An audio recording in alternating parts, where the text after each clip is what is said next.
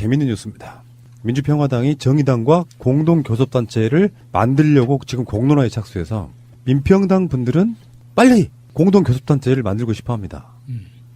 그런데 정의당은 조금 결이 달라요. 그렇다고 뭐 반대한다 이런 것보다는 아마 내부적인 찬반 양론이 꽤 있을 거예요. 굳이 공동교섭단체 만들어서 우리의 색깔을 민평당과 섞는다는 게 말이 돼? 이렇게 하는 쪽도 있을 거고, 한쪽에서는 효율적인, 실용적인 쪽으로 생각을 하자. 그렇다고 뭐 국고 보조금을 따로 받는 건 아니고 일종의 호적만 한 교섭단체로 묶는 거잖아요. 그러니까 자격을 획득하기 위해서 일시적으로 뭉치자, 형식적으로 뭉치자 이런 건데, 이게 정의당 당원들의 어떤 기본적인 성향상 효율적이기 때문에 가능하다면 분당을 안 했겠죠. 예전에 통진당이나 정의당이 이렇게 그 분당될 때, 그리고 국민참여당이랑 합당을 할 때도 이렇게 효율성만 따졌다면 큰 논란 없이 그냥 바로 합당을 했겠지만, 그 합당을 두고 정말 오랜 기간 동안 토론과 수기 과정을 거쳤거든요. 그래서 이게 민평당 차원에서는 굉장히 좋은 방법이지만 정의당에서는 사실 쉬운 길은 아닐 겁니다. 이게 당원들의 목소리가 워낙 크고, 그리고 이게 당원들이 이게 기본적으로 효율적이고 좋은 방법이니까 무조건 가자 이게 아니라 뭐 가치, 신념 이런 걸 더 중요하게 생각하는 분들이 많은 곳이라고 알고 있거든요. 민평당의 일방적인 희망사항은 아닌가, 이게 너무 부풀려지는 게 아닐까 그런 생각도 해봅니다. 나는 약간 반대로 봐요. 예. 정의당 분들은 전혀 그 생각을 안 했겠죠. 생각조차도 안 했겠죠. 예. 근데 이제 민평당 쪽은 정무적 감각이 정의당과는 좀 다른 거지. 그렇죠. 14석 갖고 있는데, 자, 한번 둘러보자. 어떻게 뭐 지금 무소속으로 가 있는 그 친구들 합쳐도 16석밖에 안 되고. 예를 들면은 남북관계 같은 성향은 비슷하잖아요. 진보 성향. DJ를 계승한다는 분들이니까. 그러면 정의당한테 물어봐서 그게 국고 보조금을 받는 부분이라 그러면 국민적 비난이 있을 수 있어요. 정치적 색깔이 다른데. 근데 이게 자유선진당하고 창조한국당이 합쳐서 교섭단체 만든 옛날에 역사가 있단 말이에요. 20석을. 이제 저는 개인적으로 만들어지길 바라는데, 민평당은 지금 지역 기반에 어떻게 보면 굉장히 보수화된 인물들인 건 맞지만 사실 민주 세력의 결에 좀 다가가는 부분도 있고, 남북관계에 있어서만큼은 사실상 지금 남북관계를 전폭적으로 찬성하고 있는 분들이라서 그런 쪽 결만 맞춰놓고 보면 지금 이제 원내 교섭단체라는 상황이 바로 6월 달이면 제2기 이제 20대 국회에 또 원을 구성해야 되잖아요. 바른미래당 사실상의 27석, 법적으로는 30석, 그리고 자유한국당, 더불어민주당이 항상 원을 운영함에 있어가지고 계속 협상의 당사자이고 테이블로 나오잖아요. 근데 한 놈은 깡패고 한 놈은 양아치야. 당하는 입장에서 2대1로 싸우는 게 너무 힘든 거예요. 그러면 의석 이런 걸 떠나서 한쪽이 개혁 진보 쪽으로 뭔가 법안을 만들거나 할 때는 한 사람이 더 있어 좀 더 좋은 거지. 예를 들면 민주평화당하고 정의당이 합쳐져서 이제 민주정의당, 민정당이네.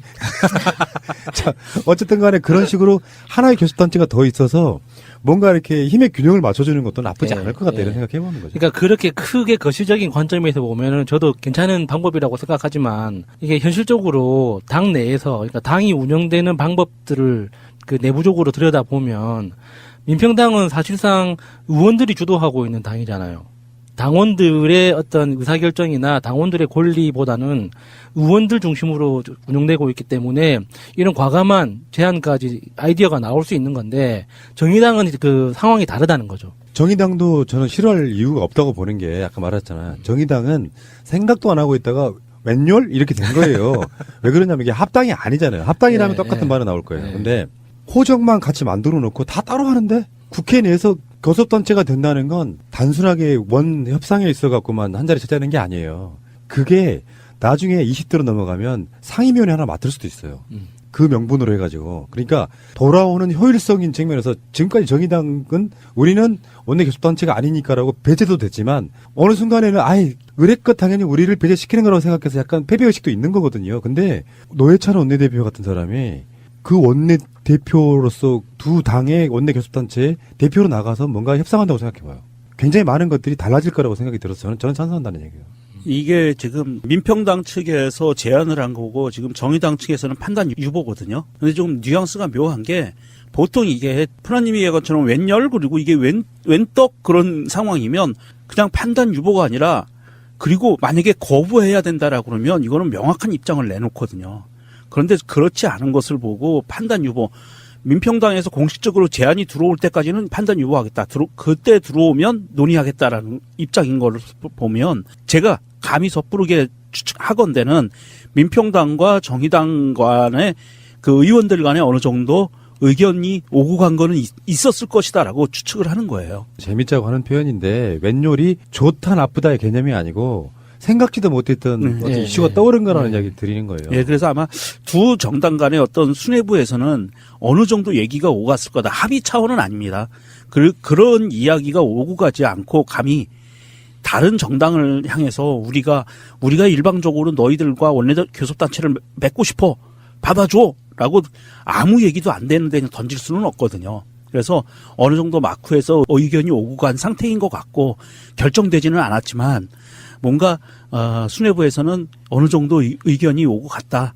그 정도까지는 좀 추측해 볼 수 있을 것 같아요. 그런데 이게 이 두 당이 원내 교섭단체가 된다는 것은 굉장히 큰 사실은 우군은 없는 거죠. 이게 되고 안 되고를 떠나서 된다면 어떻게 보면 이번 정부 문재인 정부가 추진하고 있는 민주당이 나아가고자 하는 어떤 이런 법안이라든지 여러 가지 이슈에 대해서 큰 우군을 얻는 거는 사실이에요. 그렇다고 봤을 때 됐으면 좋겠는데 상황은 좀 봐야 될 것 같습니다. 어찌 될지는 아까 야수님 얘기한 대로 정의당은 또 정의당 나름대로 당원들의 그 입지가 굉장히 높은 당이기 때문에 어찌 될지는 이 당원의 결정의 사항에 따라서 움직일 거라고 보기 때문에 좀 두고 봐야 되지 않나 생각을 합니다. 무엇보다 그 바미당이 그 해당 행위를 하는 의원들을 빨리 징계를 좀 했으면 좋겠어요. 그래야지 좀 더 액티브하고 더 재밌는 판이 벌어질 텐데 지금 바미당이 이렇게 뭔가 쌀 한 톨도 안 놓치려고 다 움켜만지고 있으니까 너무 이렇게 좀 답답하고 지저분해 보이기만 하고 재미가 없어요. 아마도 제가 보기에는 조만간 아마 이 상반기 내로는 탈당을 시킬 거예요. 출당시켜야죠. 출당을 시킬 거예요. 상반기 중으로는. 탈당을 시킬 거에도 들릴 말 아니에요. 탈당을 시키잖아요. 어쨌든 탈당을 시키던 출당을 시키던 어찌됐든 바미당에서는 상반기 안에 지방선거가 되기 전에는 끝나기 전에는 결정을 할 것 같아요. 왜냐하면 바미당은 이 사람들을 이 출당을 시켜야 될 사람들을 하나의 의원이나 인격체를 보는 게 아니라 저 사람들이 있음으로 해서 우리한테 오는 돈이 얼마인가를 보거든요. 그러면 그때까지는 돈이 오고 가는 건 다 끝나요. 그 현금 출납기로 본다는 그렇죠. 그래서 정당 보조금도 상반기 1, 4분기 안에 끝나잖아요. 그것도 끝나고 그다음에 선거 보조금 입금되면은 보낸다는 그렇죠. 그런 보조금들이 다 입금되고 나면 내보내는 거죠. 왜 저는 그런 상상을 못 하는 걸까? 와, 너무 놀랍다. 내가 봤을 때는 계속해서 붙잡고 있을 거라고 봅니다. 그 돈을 받고 내보내면 엄청난 비난에 시달리죠.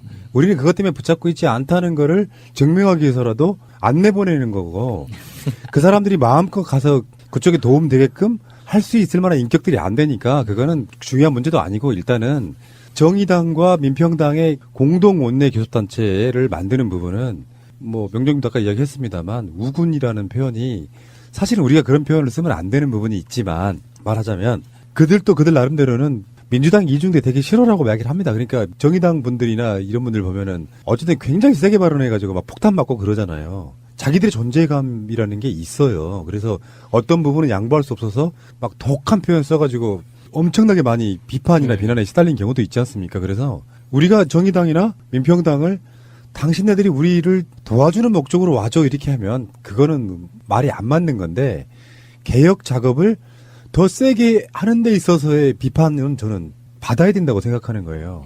민평당하고 정의당 결합체인 민주정의당이 이상하지? 정의민주당이 저기서 지금 북핵 문제에 대해서 이렇게 하라고 하잖아. 이게 문재인 대통령이나 민주당한테는 협상 명분이 되거든요. 그런 용도로 뭔가 더 선명하게 나가는 것은 적극 찬성하지만 그분들한테 와서 거수기 노릇해줘 이렇게 우리가 공개적으로 이야기하는 건 잘못됐다라고 그렇죠. 말씀드리고 그렇게는 안 되죠. 도움은 될 거예요 분명히. 바미당에 대한 재밌는 게 있는데요. 그 밤이라는 영어 단어가 뜻이 약간 제정신이 아닌 이런 뜻이 진짜 있어요. 그런 뜻이 있어요? 네, 이런 영어 단어가 있어요. BARMY. 밤이. 그래서 이게 형용사기 때문에 예를 들어서 안철수 밤이 하면은 안철수는 약간 제정신이 아니다. 이렇게 쓸 수 있는 거죠. 악재네, 악재야. 놀릴거리가 너무 많아. 머리가 이상한 거품이 있는 이제 그런 뜻이네요. 개혁적인 마인드 가지신 분들이 개혁 마인드를 갖고 국회를 운영해 나가는 그런 측면이라 그러면 100번 찬성하고요. 네. 정의당 분들도 반대하시는 분들이 뭐 있을지는 모르겠는데 그렇게 해서 목소리를 더 드높이는 방법이 굉장히 중요한 부분 중에 하나라고 생각합니다. 예, 이거 만약에 교섭단체가 결성이 된다면 대한민국 현 국회원 구성에서 보면 거의 정확하게 반반으로 나뉘어지는 거거든요. 지금 민주당이 약간 열세니까 교섭단체로 보면 열세이기 때문에 반반으로 나눠진다는 건 그만큼 조금 더 입지가 세진다는 얘기고요. 정부 측에서도 뭔가 일을 할 때 조금 편할 수 있는 부분이고요. 그러면 우리는 이제 바미당에 대해서는 완전히 이게 마음으로 포기해야 되는 거예요? 예, 아니요. 저쪽으로 넘어가는 거라고? 포기하는 게 아니라 죽여야죠. 홍준표나 김성태를 보면 이런 게 있어요. 내가 먹고 있는 차는 빨간색이다라고 이야기를 하는데 사실은 자세히 알고 보면 검은색이라고 칩시다. 정치인들은 내가 주장해놓은 어떤 아젠다에 대해서 좋은 정치인은 내가 처음에 주장한 게 틀렸으면 틀렸다라고 인정하고 사과하면 돼요. 근데 자유한국당 스타일의 정치인들은 그렇지가 않단 말이에요. 내가 틀렸다는 걸 아는 시점에서부터 순간 계속해서 자기 실드를 치는 거예요. 제가 그런 관점에서 고민을 한번 해본 적이 있거든요. 세월호 사건이 어떤 조작도 없이 진짜로 교통사고라고 공식적인 발표가 나면 나는 어떻게 반응해야 되나? 계속 우길 것인가? 받아들일 것인가? 이런 고민을 해본 적이 있어요. 그렇기 때문에 정부 입장에서도 박근혜 정권 때까지 진짜 중요한 부분을 놓쳐버렸다는 게 그런 거였었거든요. 너무 시간이 오래 지나버리니까 사람들 머릿속에 차단되었던 정보와 조작들로 인해서 고정화된 생각을 바꿔내긴 되게 힘들어요. 마찬가지입니다. 자유한국당이나 이런 데에 있는 사람들이 계속 말도 안 되는 억지를 부리잖아요. 어쩌면 그중에 핵심부에 있는 사람들은 천안함 사건이 북한의 행위가 아니라는 걸 정확히 알고 있을지도 모릅니다. 근데 지금은 진실이 중요하지 않은 시대가 됐어. 세력과 세력 간의 싸움을 붙어갖고 누가 지냐 이기냐의 싸움이기 때문에 진실은 하나도 안 중요해져 버린 거예요. 안철수와 호남 국회의원들이 계속 싸우는 과정에서 안철수를 비토하는 요건 중에 하나가 이 사람은 그냥 문재인 대통령이 싫어가지고 저렇게 목리 부린다는 논리를 내놓고 반 문재인 연대 하려고 하니까 난 못 따라가 이렇게 상황을 만들어놨잖아요. 그러면 이분들 입장에서는 안철수의 그런 지점만을 골락하기를 할 수밖에 없는 거고 그렇다 보면 자기들의 행위는 훨씬 더 친문재인 쪽으로 갈 수밖에 없는 게 현실인 거예요. 내가 뱉어놓은 말을 부단히 증명하려고 한다. 안철수는 안철수 나름대로 자기가 문재인 대통령 잘못하고 있다는 걸 증명하려고 하고 잘못된 부분이 있다면 과감하게 쿨하게 인정하고 시작하는 게 훨씬 더 좋은데 그게 안 되니까 마차님이 운전할 때 부산까지 직진하는 거와 똑같은 거예요. 우회전이나 좌회전을 못하고 계속 부산까지 직진해버리는. 잠시만요. 우회전은 하지만 좌회전을 못하는 거거든요. 그럼 고속도로 빠져나가는 건 가능하네요. 그래. 어찌됐든 이 바른미래당과 민평당이 갈라지고 나서 민평당과 바른미래당의 그 여론조사 추이를 보면 굉장히 좀 재미있는 추이가 갑자기 튀어나왔어요.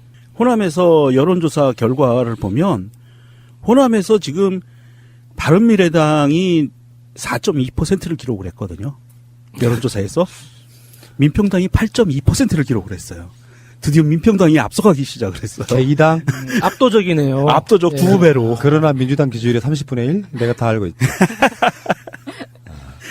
민주당은 뭐 정말 압도적이고요. 이게 리얼미터 여론조사 결과인데 그 호남에서도 그렇게 민평당에 밀리고 그리고 뭐 경상도 영남 지역에서는 또 다른 당한테도 밀리고 있고 이거는 뭐 바른미래당의 앞날이 굉장히 깝깝한 상황이고요. 과연 그 호남과 영남을 하나로 묶는 어떤 그 이상적인 정치 환경을 만들어낼 수 있을까? 안철수가 그냥 동반 자살하는 쪽으로 가는 게 아닌가 싶어요, 정말로. 민평당도 그렇고 바른미래당도 그렇고 정거장인 건 맞아요. 언제까지 호남 지역구 국회의원들로만 당 만드는 건 어렵습니다. 민평당도. 그렇죠, 네. 바른미래당도 마찬가지인데 그런데 그래서 최근에 지역당 논란이 지금 마이너하게 자기들끼리 일어나고 있는 게 그거예요. 민평당을 호남당이라고 하니 조배숙 당대표 입장에서는 니들은 왜 영남당이라고 안 하는 건데 막 이런 식으로 이렇게 주거니 받거니 하는 게 있어요. 왜 호남 사람들만 호남당이라고 하고 영남당이라고 안 하냐 뭐 이런 표현이 있는데 그나마 민평당은 그런 식의 지역 기반이라도 조금은 갖고 있는 거예요.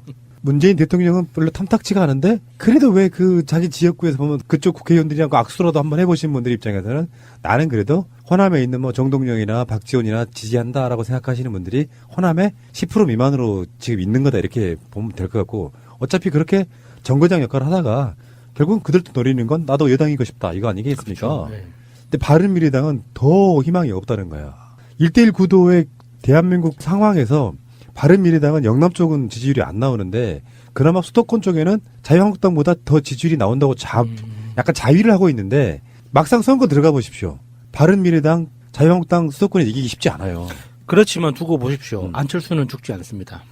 안철수는 끝까지 살아남을 겁니다. 피닉스가 돼가지고. 야수, 안철수 지지자였다. 단독. 어떤 상황에서도 절대 잘못을 모르고 고개 빳빳이 쳐들고 내가 잘못한 건 없다면서 끝까지 살아남을 사람이에요. 저는 믿습니다. 혼자만 살아남는 거네요. 예.